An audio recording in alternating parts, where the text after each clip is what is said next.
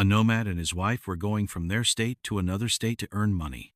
When they reached the border of another state, they met some robbers on the way, and those robbers took away everything that the nomad and his wife had. They looted some things and made Banjara and his wife beggars. After this, the gang of robbers left from there, but Banjara and his wife got worried after the loot and started thinking what to do next in an unknown city. Both of them were in a bad state because in an unknown city, money is everything. Banjara started moving towards the unknown city with his wife. He was worried that how can I do business now? He was moving ahead in this worry, that he saw a sadhu's hut outside the city. That gypsy, along with his wife, went towards the hut. When he reached near the hut, he found a sadhu there who was giving sermons to his disciples. Seeing the sadhu, the gypsy started thinking, why not I should tell my problem to the saint, and maybe he will be able to solve my problem. Thinking this, the saint went to Mahatma. He reached near, and in a very humble tone he told his problem to Mahatma Ji, and said, Maharaj, the robbers have looted everything from us. Now we have nothing to do business. If you can somehow mortgage my wife to some Seth, if you can get me some money by keeping a maid, I will be very grateful to you. When the saint heard the gypsy's words, he felt pity for the businessman. The saint told him about his acquaintance Seth and sent him to him. The gypsy took his wife to that Seth. He went near and with folded hands said to Seth Ji, Seth Ji, I need some money. I have nothing else to pledge, only my wife. You can pledge my wife and give me some money. I will do business with that money. I will soon return your money along with interest, and will free my wife from you. Till then, my wife will remain mortgaged with you for the money given by you. When the merchant heard the Banjari's words, he agreed to give the money, and in exchange of money, I kept the merchant's wife mortgaged with me. Banjara Seth kept his wife mortgaged with him, and the Banjara took a loan from the merchant and went to do business. With that money, he started trading onions. He would buy onions from farmers at a low price and sell them to other needy people at a high price. In this way, the Banjara made a lot of money with that money. He earned a lot of money in a short span of time. Now the Banjara went to the merchant and said, Sethji, you settle your accounts and take the money from me and return my wife to me. On hearing this, the merchant said, Brother, what should I tell you about what happened 2 months ago? Your wife suddenly fell sick and died because of the sickness. I got your wife treated a lot and took her to the best doctors, but still, I could not save your wife. When Banjari heard this from the mouth of that Seth, on hearing this, he became very sad.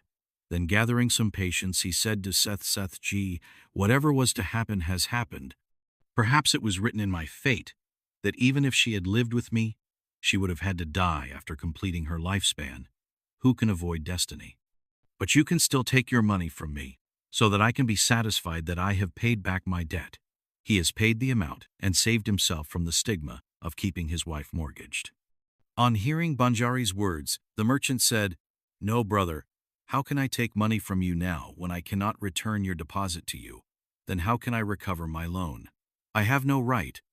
The gypsy repeatedly urged the merchant to take back his loan, but the merchant did not agree. Then the gypsy left the place with a sad heart, and on the way he again reached the place where he had met the saint for the first time. Like this, the sage Mahatma was sitting on the platform and giving sermons to his disciples. The Banjara also went and sat there for peace of mind and started listening to the sermons of the sage Mahatma.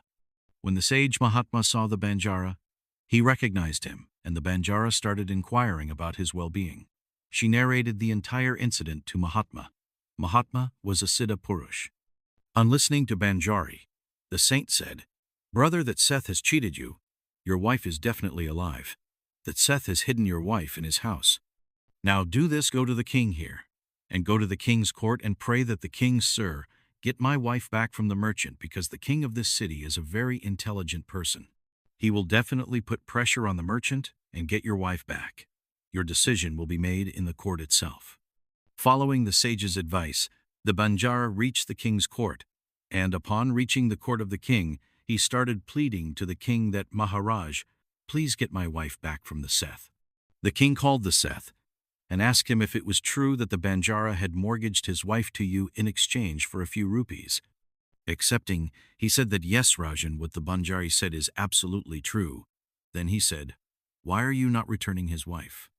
On hearing the king's words, the Seth said, "How did he return, Maharaj? I did tell this Banjara that 2 months ago his wife was born. His wife has died, Maharaj. Now I cannot go to Dharamraj and bring his wife back." The king asked, "Do you have any witness who can confirm that his wife has died?"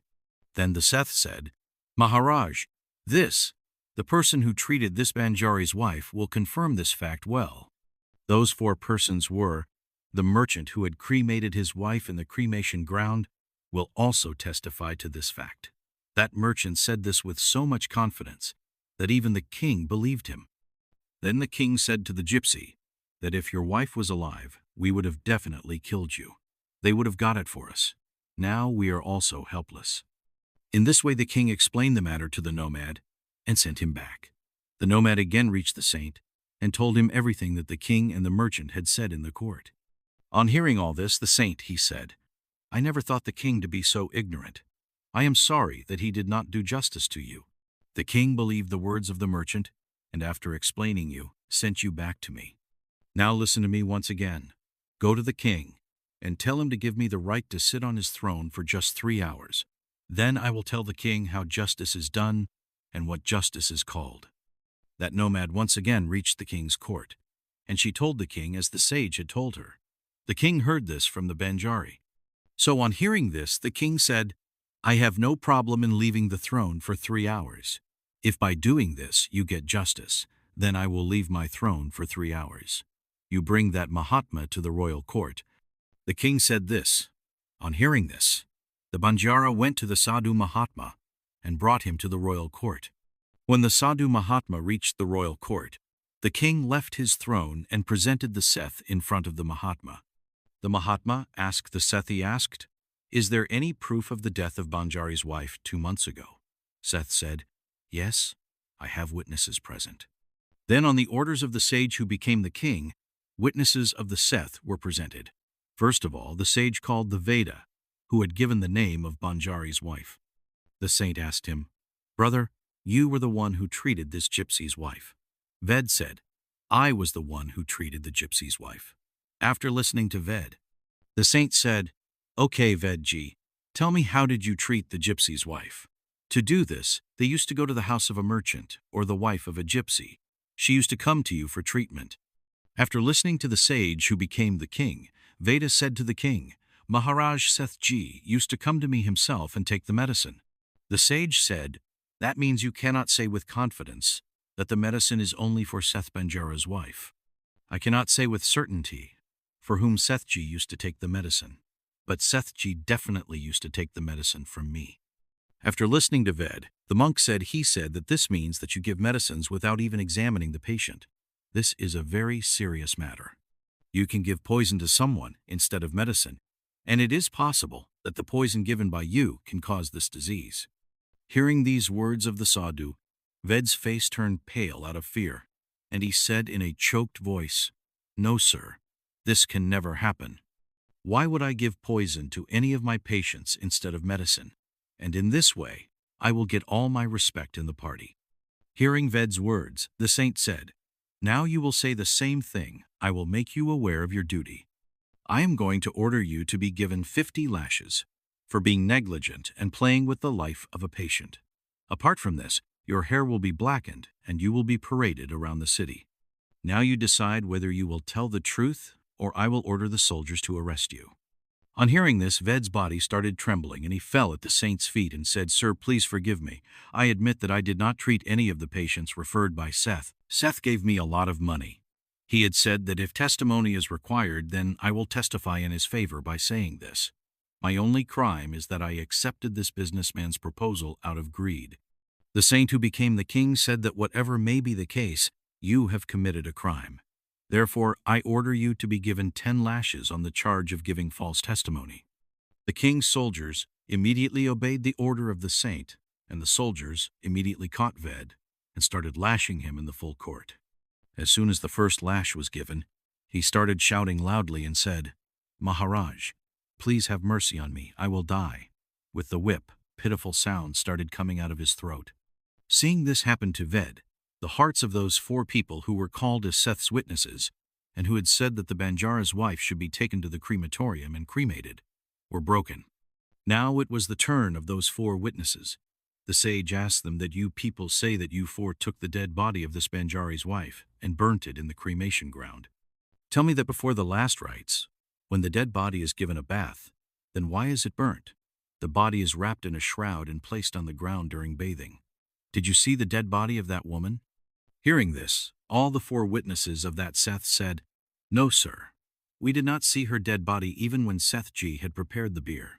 Only after that, we took the body to the crematorium, and after cremating it, we listened to the 4 witnesses who had come and said that the saint said, and you did not even think it necessary to know whether a dead person or a living person is lying on that bier or not. A person unconscious due to poisonous substance is lying on the bier, and you took him to the crematorium and burnt him there. This is a very serious crime. For this you all can be given the death penalty. Those 4 are witnesses. They were already scared after seeing Ved being beaten up when they heard the word of death from the mouth of the Sadhu Mahatma. When they heard about the punishment, it was as if their hands and feet had gone cold. As soon as the saint looked towards the Seth's face turned black from outside.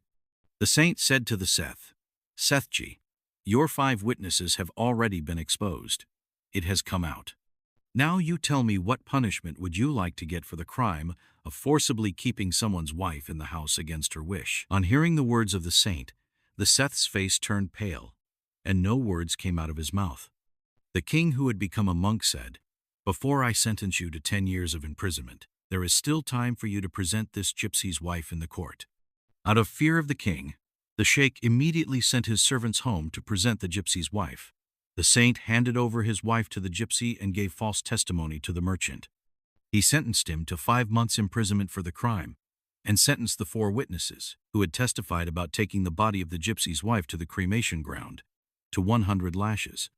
The king was astonished to see this and folded his hands before the saint. He said, Mahatma Ji, you are blessed. You have taught me how justice is done. On listening to the king, the saint said, King, always remember my 3 things, that you should never leave your wife alone at these 3 places. The first place is if your wife is sick. In such a situation, one should never leave her alone in her illness, because when a man marries a woman, he promises at the time of marriage that he will be with her in her happiness and sorrow, so he should always be with her in her illness. Stay and take care of him. The way a wife serves her husband, it is also the duty of the husband to always be ready to serve his wife. This is your duty, and also the mantra of your happy life. Second place, if someone falsely accuses your wife, then in such a situation, you should kindly stand by her, because a girl is not responsible for her parents. She leaves her house with the hope that her husband will understand her feelings, will support her in every situation. Therefore, if people are falsely accusing him, then you should stand by your better half and never leave her alone at such a time. Third place, never leave your wife with other men, whether he is your friend, your relative, or your real brother. Never leave your wife alone with any other man under any circumstances, because in today's time, no one knows who will cheat whom and when. Hence, one should never leave his wife alone with any stranger. Friends, if you like the story, then please like and share it.